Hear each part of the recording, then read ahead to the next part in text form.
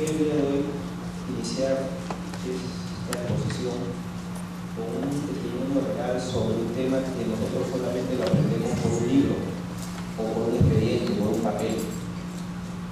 Porque claro, el derecho muchas veces se deshumaniza cuando nosotros no conocemos personas, ni conocemos dramas.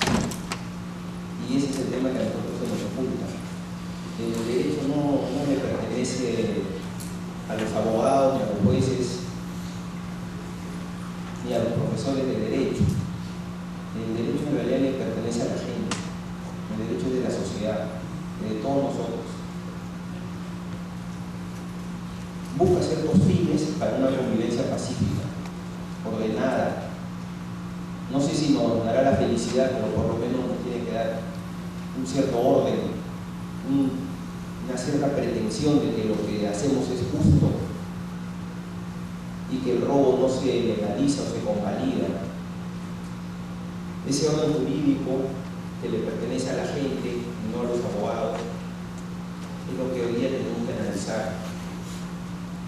No podemos, después de escuchar el testimonio de doña Ítala, pensar que todos los temas se tienen que resolver por lo que dice una ley al margen de las implicancias graves que tiene, no solamente para ella o para todos los afectados, sino para todos nosotros en conjunto como sociedad. Lamentablemente, el derecho se ha sacralizado en el sentido de que tú con una frase resuelves un caso. Tú das una frase y eso es suficiente. Entonces hoy todas las maestrías, todos los doctorados, todas las sentencias, todos los actos que tengan que ver con el derecho se resuelven con una, dos, tres o cuatro palabras y eso es suficiente. Quien debe ganar es X por seguridad jurídica, quien debe ganar es X por la publicidad, quien debe ganar es X por la seguridad del tráfico. Esas son palabras huecas, no significan nada. Son frases, es pura retórica. ¿Qué cosa es la seguridad del tráfico? ¿Qué cosa es la seguridad jurídica? ¿Que te roben en tu casa?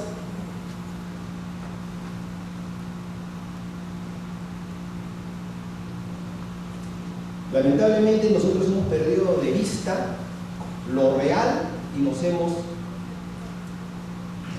escondido a solamente ver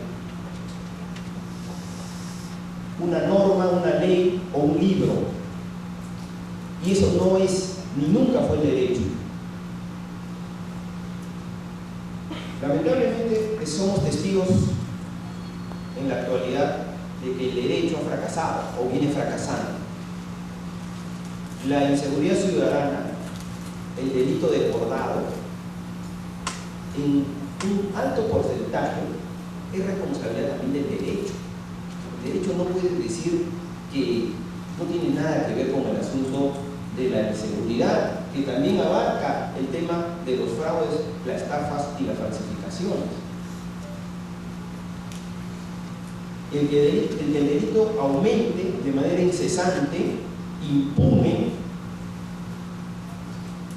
y casos sobran, no es producto no necesariamente solo de los políticos, también de ellos seguramente, pero el sistema jurídico en su conjunto viene fracasando en lo que es su función natural, que es mantener el orden.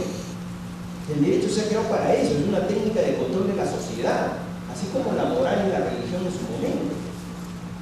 Si el derecho no sirve para controlar a la sociedad y ordenarla, entonces está de más, no está cumpliendo su función, ni cumpliendo su finalidad.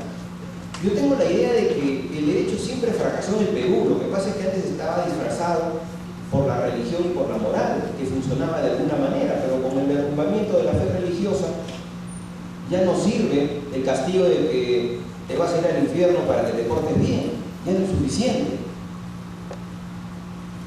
Y entonces, al no haber moral ni haber religión, tendría el derecho que ser el único instrumento para controlar a la sociedad, pero nunca funcionó, ni antes ni ahora. Lo que pasa es que antes tenía apoyos que hoy no tiene, y solo se ha visto que es insuficiente para cumplir la única función que tiene, que es evitar estas situaciones que dramáticamente hemos escuchado el día de hoy, que la señorita la ha resumido, no ha contado todo, las incidencias de ese caso, porque esos 2 años y medio nos lo han resumido en 20 o 25 minutos. Pero cada vez un nuevo padecimiento, una nueva resolución, un nuevo embargo, que se una nueva venta, una nueva hipoteca. Personas que están con orden de captura, pero que sin embargo van a un notario y otorgan ventas o hipotecas. Entonces,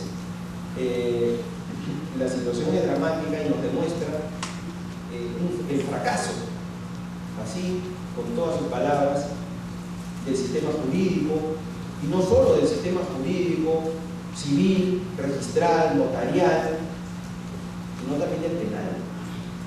Porque claro, si el sistema penal funcionase realmente, estos casos serían estadísticamente ínfimos, muy pocos. Pero si el sistema penal no está actuando como debería actuar, la gran consecuencia es que se incentiva el delito. La impunidad es el mejor mecanismo para incentivar el ilícito. Porque claro, si no hay sanción y por el otro lado hay dinero ganado sin hacer nada, ilícitamente, entonces yo hago un simple costo-beneficio. Mucho dinero por acá, cero sanción por allá. ¿Cuál es la consecuencia? Estoy incentivado para irme por este camino. El derecho penal también tiene algo que decir acá, y esto demuestra su fracaso. Y si no recordemos casos tan flagrantes como una invasión hubo hace poco con 50 personas, que sin embargo todos eran blancas palomas y salieron a la libertad sin pasar un día en la prisión. No se entiende pues ya qué cosa tienes que hacer para irte preso. Si invades una casa con un grupo de 50 personas, te agarran de modo flagrante destruyendo la casa y sin embargo no hay prueba. El sistema no funciona. O el otro caso de un pseudo violador que creo que porque el atestado llegó 24 horas, 10 minutos después ya estaba libre. El tema entonces es que el sistema es un conjunto. Cuando tú te portas mal, el derecho civil no es suficiente, porque el derecho civil único que te dice, bueno, recupera la propiedad o te indemnizo. Pero para los actos que son intolerables, el derecho civil no basta, porque no bastaría tampoco que tú robes y después te digan, bueno, lo máximo que puedes recibir como castigo es que devuelvas la plata. Ah, bueno, todos robemos y si no nos descubren nos llevamos y lo único que perdemos es devolverlo. Eso no sería suficiente. El derecho civil no basta para las conductas intolerables que así sean juzgadas por la sociedad como estas. Allí lo que tiene que ocurrir es que el derecho penal tiene que venir como refuerzo, porque definitivamente no queremos esas conductas. No basta indemnizar, no basta que la señora de acá a 10 años, como dice, y seguramente será realidad, recupere su casa.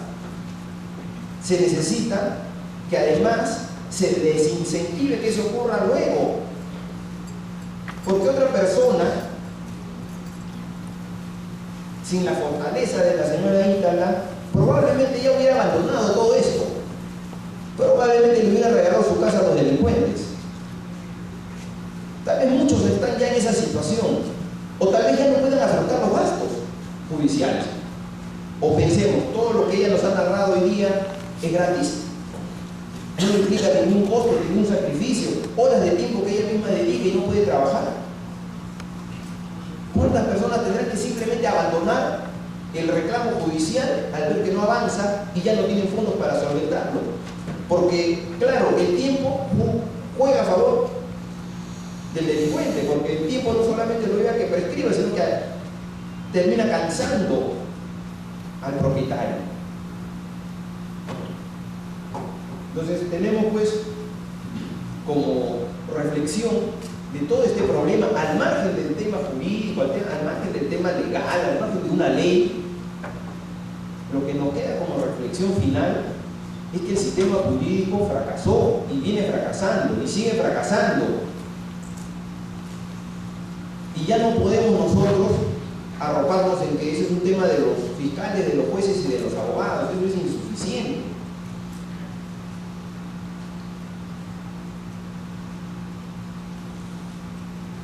Yo hoy día quiero plantearles algunas ideas con relación a la ley 30313, que como toda ley de emergencia, o de la desesperación si quieren, tiene algunas cosas positivas y otras no tanto.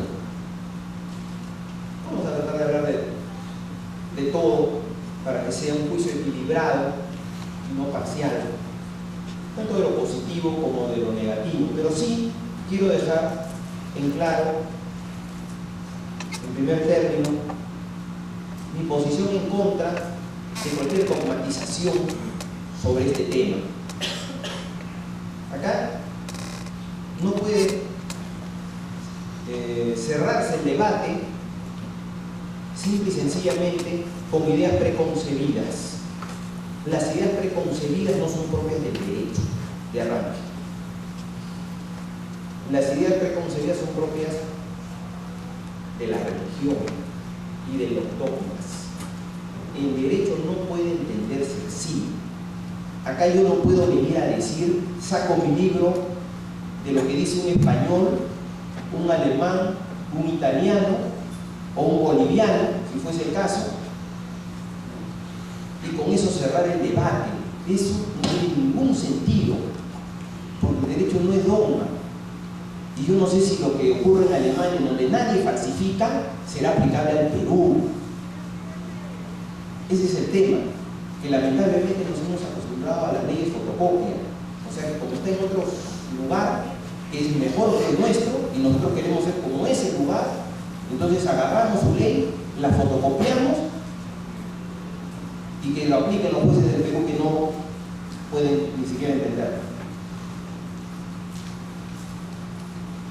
Dogmatizar, o sea, tenerlo como verdad absoluta a una solución porque pertenece a un medio jurídico que seguramente es más avanzado que el nuestro, eso no es solución, porque esa sociedad no es nuestra sociedad.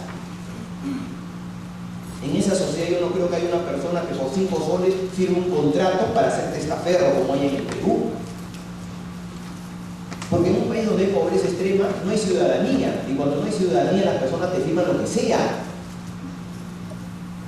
Muchas de estas personas involucradas han recibido pequeños obsequios de dinero mínimos, que uno se lo pone a pensar, ¿cómo es posible que alguien arriesgue hasta la libertad por 100 o 200 soles?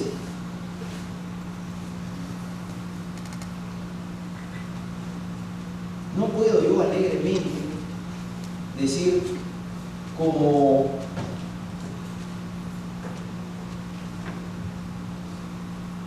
los europeos tienen una ley así, o algunos europeos, pues tampoco muchos que digamos, algunos europeos tienen una ley así, nosotros tenemos que aplicar exactamente lo mismo. Eso es cerrarse a verdades absolutas que en el derecho no existen. Porque, repito, la premisa inicial, el derecho es de la sociedad. No es ni de las naturalezas, ni de las esencias, ni de cosas que son hoy aceptadas y que así tienen que ser por todos los tiempos. No. Lo que no funciona tiene que cambiarse. Así de simple y sencillo. Lo que está mal no puede continuar. No importa lo que diga A, B o C.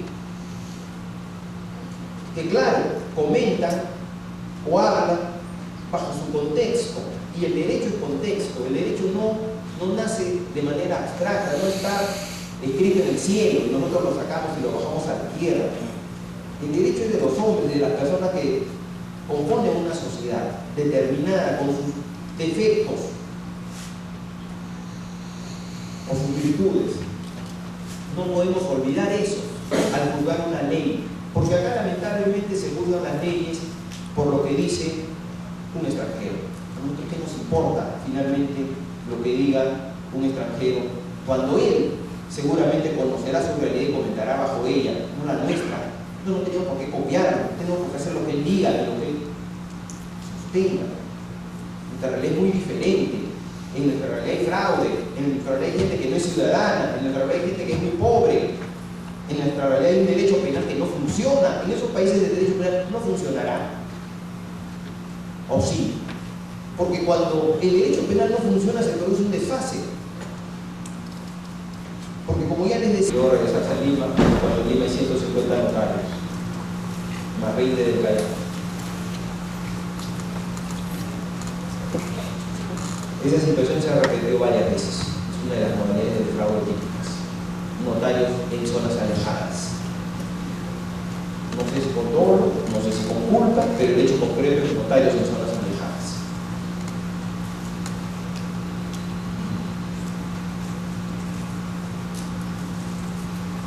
¿Cuál es la reacción de la ley 30.313? Bueno, creo que eso ya no ha sido ocurriendo.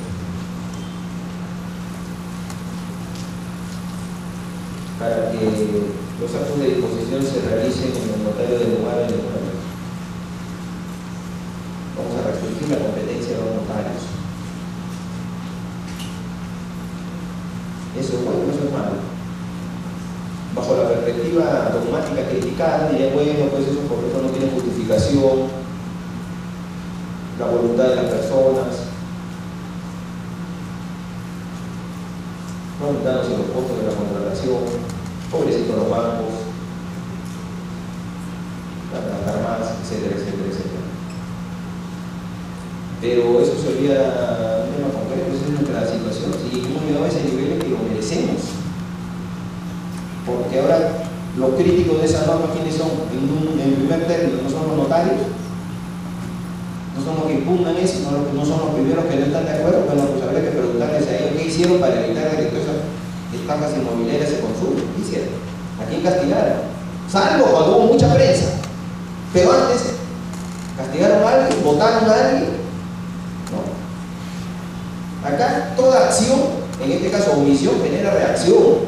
Si yo, gremio notarial, no hago nada al respecto, tengo que recibir una consecuencia. No puedo seguir como antes. No puedo reclamar volver al status quo cuando el problema, en buena cuenta, ¿quién lo ha generado? No un notario. ¿Quién generó este problema? A ver, en este caso concreto. ¿Quién lo ha generado? Bajo un notario. ¿Qué hizo el notariado? ¿Ya indemnizó? ¿Ya indemnizó el notariado en su conjunto? ¿Qué ha hecho? Solo porque hubo mucha prensa, terminaron votando al notario en cuestión. Entonces la pregunta es, el responsable directo no hace nada y la sociedad no va a hacer nada, va a seguir como siempre. No sé si será efectivo o no será efectivo. Yo creo que sí es efectivo, porque yo ya no veo fraude que se hagan en Aoroya o en Huancavelica, o en el lugar más alejado del Perú. Ya no veo ese tipo de fraudes. Ya no ha servido. Inventarán otra cosa, pero esto ya se les cerró. ¿Que no es lo mejor? Seguro que no es lo mejor, pero frente a la inacción de los otros, ¿por qué nosotros no tenemos que tomar alguna medida? Que los bancos se van a complicar la ley porque se complica. La legislación no es para los bancos. Los bancos no son los dueños del derecho. Nosotros tenemos que hacerle caso a lo que digan exclusivamente los bancos. Habrá que escucharlos tal vez, pero no seguirlos al pie de la letra. Aunque claro, ya hemos sido testigos hace poco que sí, en realidad un poquito sí le han hecho caso a los bancos. Porque la ley 30.313 que cerró la competencia al lugar del inmueble lo han abierto en cierta medida con el decreto legislativo 1232, diciendo que bueno, esa situación ya no se aplica cuando el que dispone es una persona jurídica. Cuando dispone una persona jurídica ya cualquier notario tiene competencia. Solo cuando dispone una persona natural, el notario tiene cerrada la competencia por razón de la ubicación del inmueble. Por supuesto que no tiene ninguna justificación ese trato discriminatorio. Porque si yo como legislador tengo la idea de que la competencia cerrada de los notarios impide el fraude, ¿por qué entonces lo autorizo para personas jurídicas? Y si yo tengo como legislador la idea de que esa norma no sirve para nada, entonces simple y sencillamente la elimino. Pero yo lo que no puedo hacer es mantenerla para el Juan Pérez, ¿no? Para ellos sí, pero abrírsela al banco X y Y, Z. ¿O sirve para todos o no sirve para nada? La ley echa lo que la ley echa interés. Eso nos lleva a un punto también de reflexión. Aquí ya debemos dejar de engañarnos, como se hace en las aulas, con el derecho neutro, con el derecho objetivo, con el derecho inmaculado, con el derecho coherente, con el derecho sistemático, etcétera, etcétera, etcétera. Eso nunca fue cierto, y menos ahora. El derecho ni es coherente, ni es neutro, ni es sistemático, ni es imparcial, porque está sujeto a infinidad de logros que nosotros a veces ni siquiera somos conscientes. ¿Quién fue el autor de esa disposición que dice cuando se trata de personas jurídicas ya la competencia notarial queda nuevamente abierta? ¿Quién fue el autor? ¿Algún día lo sabremos? Nunca. Pero ¿a qué responde? No responde al oligarca. O fue la mente iluminada de una persona que se le ocurrió esa idea. No creo. Así como eso, hay infinidad de ejemplos. Entonces la ley 3313 no tiene ni 6 meses, no tiene un poco más de 6 meses y ya está perforada por intereses específicos. Porque nadie le va a decir que dar un trato discriminatorio entre personas naturales y personas jurídicas tiene alguna justificación. Eso no tiene ninguna justificación. O sea, lo que alguien me diga que a las empresas nadie le hace fraude y a las personas naturales sí. No. El fraude puede estar afectando a cualquiera. Y si afecta a cualquiera, entonces las reglas son las mismas para cualquiera. No por conveniencia de alguien. Entonces, yo soy muy convencido de lo conveniente de modificar la competencia de los notarios, porque cuando algo no funciona se les tiene que quitar la función. Si no saben hacer algo, tienen que pagar las consecuencias. No hay otra alternativa. A toda acción le tiene que venir una reacción. No puede ser impunes. Quitarle la casa a la gente, no decir una sola palabra, no mejorar y sin embargo reclamar cuando caigan las cosas. Yo particularmente estoy a favor de la competencia cerrada de los notarios, no porque sea la mejor medida, pero es la medida de emergencia adecuada a nuestra realidad complicada, con notarios que no están funcionando muy bien que digamos. Y si no, no ocurrirían los casos que hemos escuchado hace un momento. Otro tema que yo quiero comentarles a ustedes es el tema referido a esta posibilidad de cancelar, entre comillas, inscripciones cuando se trata de títulos falsos o suplantados.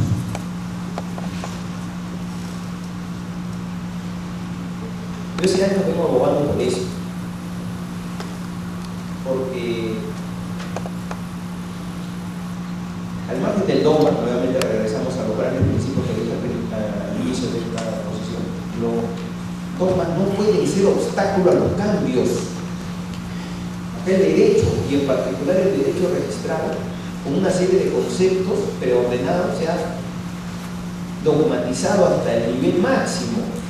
Entonces se dice, bueno, como el procedimiento registral es no contencioso, y lo no contencioso significa que enfrentas al solicitante con el registro, y solo entre ellos se resuelve, no hay ningún otro tercero. Por lo tanto, ¿cómo vamos a admitir que se cancelen inscripciones o que yo me entrometa en un procedimiento registral en trámite para oponerme a la inscripción, que en buena cuenta la señorita nos lo ha narrado informalmente, porque informalmente han presentado una hipoteca en su caso, ¿no? Ya después de las 5 o 6 actos que vienen allí al hilo, incluyendo embargos, ahora también han presentado una hipoteca y ella informalmente ha logrado su oposición, porque va a hablar con el notario o la notaria, con el registrador o registradora, y la conclusión es que no se inscribió por ahora. Entonces se critica eso porque dice, bueno, esto cambia el procedimiento registral, gente que se entromete a la mitad de camino. Además, ¿cómo una resolución administrativa va a cancelar una inscripción? Si una inscripción solo se puede cancelar por una sentencia, y ese es un principio que está escrito en piedra y no se puede cambiar por nada, y no importa que te roben tu casa, da lo mismo, lo importante son los principios, etc. ¿Principio de quién? ¿De qué? Si yo presento un título falso, ¿por qué no me voy a oponer e impedir que un sinvergüenza logre su objetivo? Que por un principio del que el procedimiento requiere un contencioso, eso es válido. Eso no es un principio, eso es una regla técnica.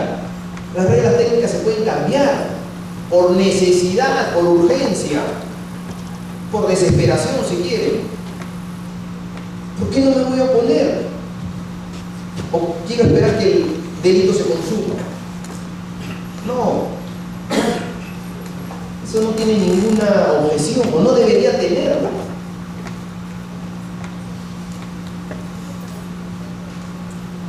Lo que sí demuestra que existe un procedimiento de oposición o de cancelación de inscripción de títulos falsos, lo que sí demuestra es que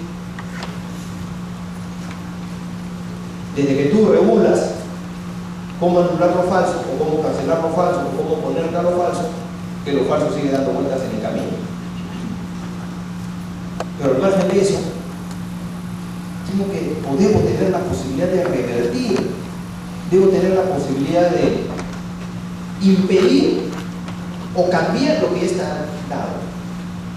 Y ningún principio, entre comillas, dogmático, que no lo es tampoco, ninguna regla técnica, por más antigua que sea, y todos la consideren como inamovible, es argumento suficiente para no cambiar. Acá las cosas se juzgan no por la utilidad, se juzgan por un principio dogmático que está en la cabeza de alguien. ¿Y qué me importa a mí si el procedimiento registral es no contencioso, si con la oposición logro que alguien no logre su ilícito objetivo? Ya que hay una sola persona es suficiente para que eso exista. ¿Y por qué está mal que una resolución administrativa no cancele una inscripción solo porque alguien piensa que las inscripciones son sacrosantas o son verdades reveladas que no podemos modificar?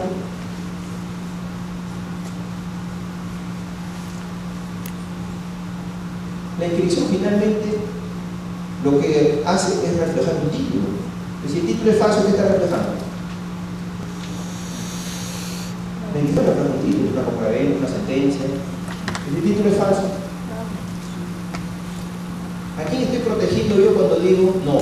Las inscripciones solo se cancelan con sentencia, aunque sea del título falso. ¿A quién estoy protegiendo? Al delincuente, ¿cierto? La pregunta es, ¿qué? ¿Más vale el principio dogmático que la utilidad? No importa el principio dogmático, si es útil, es una persona que va a lograr que lo falso no permita que se produzcan inscripciones sucesivas. No se puede juzgar, no se debe juzgar, debemos olvidarnos de catalogar los cambios, las modificaciones por alguna verdad que nosotros creemos que no debe tocarse, cuando lo único cierto en el derecho es que todo ha cambiado, que todo se puede modificar, porque las sociedades van cambiando, las sociedades no son lo mismo que hace 20 años. O sí, piensan ustedes que no han cambiado.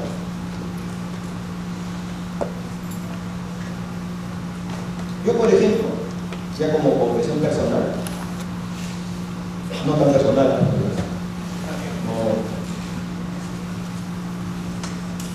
medio personal. Yo antes era contrario del Facebook y todas esas cuestiones de redes sociales, por la razón que no entendía bien su manera, tan simple como eso. Mi hijo de 3 años maneja mejor la computadora que yo. La realidad es que seguramente a ustedes les pasa. Pero yo me doy cuenta que el Facebook tiene una ventaja para la sociedad. Al margen de la tontería que la gente se toma fotos con un plato comiendo, que una ¿no? Como los salados, ceviche, no sé con qué finalidad tal vez antojar a alguien. O hacerle publicidad al restaurante, probablemente.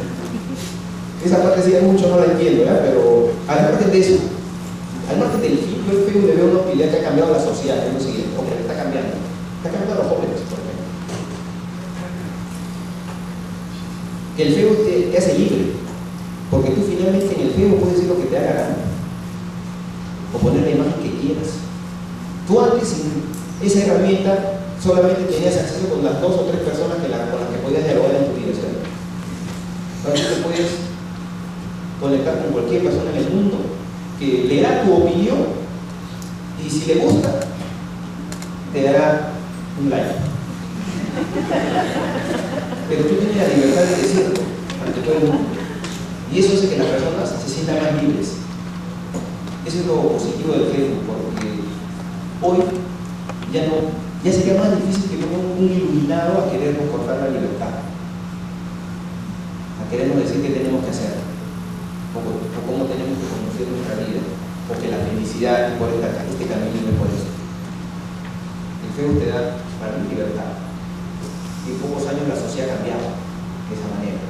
La sociedad cambia. ¿Cómo el derecho va a permanecer inmune? Si el derecho es pura sociedad, el derecho no tiene nada de verdad revelada. Si necesitamos cambiar, tenemos que cambiar.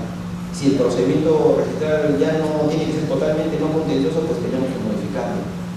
Por lo menos de emergencia, hasta que logremos solucionar el tema de fondo. Mientras no logremos solucionar el tema de fondo, pues no nos pongamos exquisitos en principios que no tienen por qué ser inmunes al cambio. Lo mismo con el tema de la competencia de los notarios. Cuando los notarios cambien, lo harán un día, no sé, pero cuando cambien, cuando cumplan la ley todos, cuando Juan no se haga pasar por Pedro, o peor, que Juana se haga pasar por Luis y nadie se dé cuenta, cuando eso ocurra, de repente cambiamos y volvemos al sistema anterior.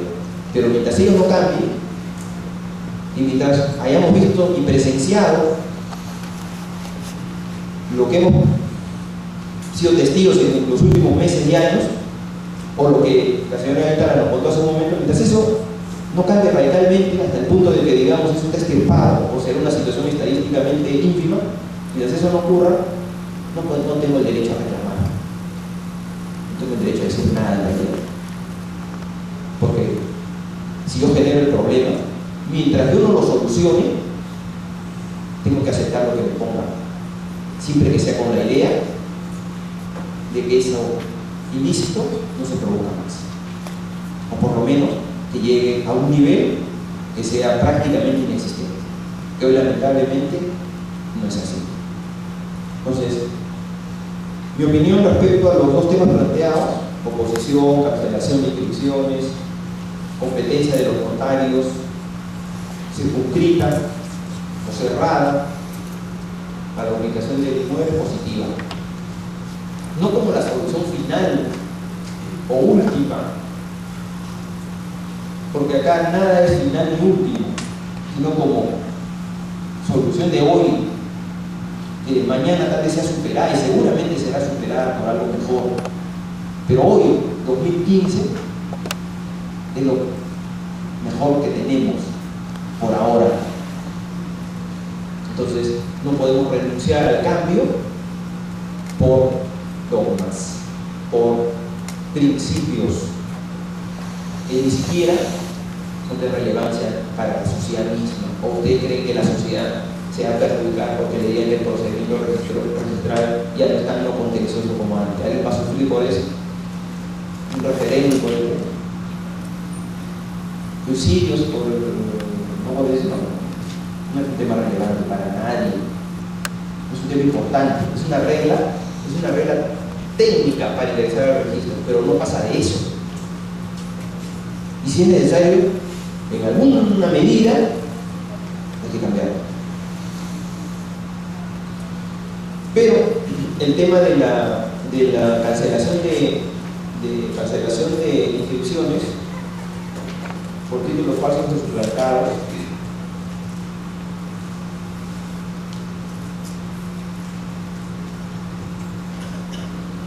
con lo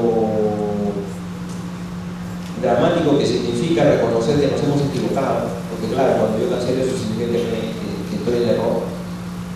Es preferible eso a que se aproveche la inscripción para seguir defraudando a futuros compradores. Y la verdad que eso sí, no infringe ningún principio, porque es conocido en el derecho administrativo que la administración pública, cuando se equivoca, puede anular sus propios actos. Ya que se equivoca, al escribir un título falso.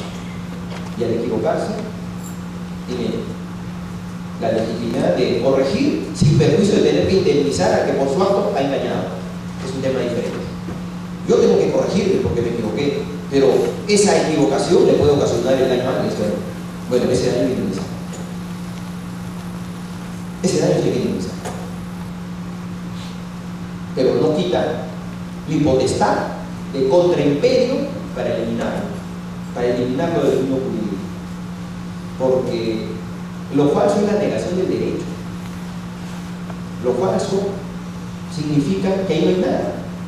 ¿Por qué una inscripción le va a dotar de realidad a lo que no tiene realidad? ¿Por qué el error va a generar un derecho cuando no hay ningún derecho? ¿Por qué el fraude en su nivel máximo? No conozco un fraude documental que sea más grande que una falsificación. Si usted lo conoce, me avisa. El fraude documental en máxima magnitud es lo falso. Yo no conozco ningún fraude documental en ese nivel de gravedad que genere que alguien diga: yo soy el dueño bajo esto, bajo esta premisa. Esta premisa me justifica. Por tanto, no había razón, más bien, para mantener lo contrario, o sea, que lo falso tenga que anularse con sentencia. Porque si uno se pone a pensar, una inscripción que es un reflejo de un título y el título es falso, ¿qué debate judicial va a generar? ¿Cuál es el debate? Simplemente le preguntarán al notario: ¿es un notario? ¿Esto es el título? ¿No?